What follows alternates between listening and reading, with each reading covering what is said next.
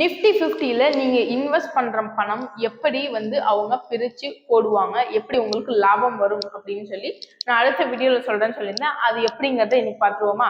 இது போன்ற என்னன்னு தெரிஞ்சுக்கிறதுக்கு முன்னாடி இது போன்ற இன்ஃபர்மேட்டிவான தகவலுக்கு எங்களோட சேனலை ஃபாலோ பண்ணிக்கோங்க. இந்த வீடியோக்கு லைக் பண்ணிட்டு உங்க ஃப்ரெண்ட்ஸுக்கு ஷேர் பண்ணுங்க, சேவ் பண்ணி வச்சுக்கோங்க.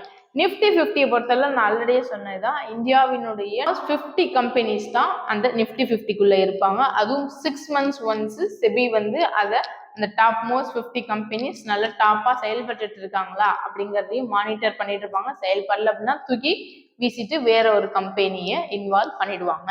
இந்த நிஃப்டி 50ல நீங்க இன்வெஸ்ட் பண்றது மினிமம் அமௌண்ட் 500 சொல்லியிருந்தேன். அந்த 500 எப்படி அவங்க பிரிப்பாங்க அப்படின்னா, நிஃப்டி 50ல இப்போ எக்ஸாம்பிளுக்கு உதாரணத்துக்கு நம்ம எடுத்துக்குவோம். நீங்க ஒரு 100 ரூபாய் இன்வெஸ்ட் பண்றீங்கன்னு வச்சுக்கோங்க. அந்த 100 ரூபாயை எப்படி பிரிப்பாங்க அப்படின்னா, ஃபர்ஸ்ட் இப்போ டாப்ல உள்ள ரிலையன்ஸ்ல ஒரு 20 ரூபாயை போடுவாங்க. அதுக்கு அடுத்தது டாடா கன்சல்டன்சில ஒரு 10 ரூபாயை போடுவாங்க. அடுத்த இன்ஃபோசிஸ்ல ஒரு 5 ரூபாய்.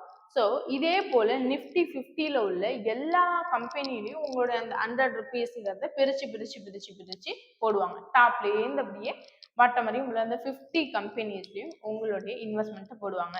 ஏன்னா ஒவ்வொரு தடவையும் அந்த கம்பெனியே சேஞ்ச் ஆனாலும் அந்த அமௌண்ட் உங்களுக்கு அப்படியே மாற்றி வேற ஒரு கம்பெனிக்கு சேஞ்ச் பண்ணுவாங்களே தவிர, ஸோ 50 கம்பெனிஸ்ல இன்வெஸ்ட் பண்றீங்க அப்படின்னா உங்களுக்கு நட்டம் அப்படிங்கிறது ரொம்பவே கம்மியாக இருக்கிறதுக்கான பாசிபிலிட்டிஸ் அதிகம். ஓகே, பட் நீங்க ஒரு தடவை செல்ஃப் அனலைஸ் பண்ணி பார்த்துட்டு இன்வெஸ்ட் பண்ணுங்க.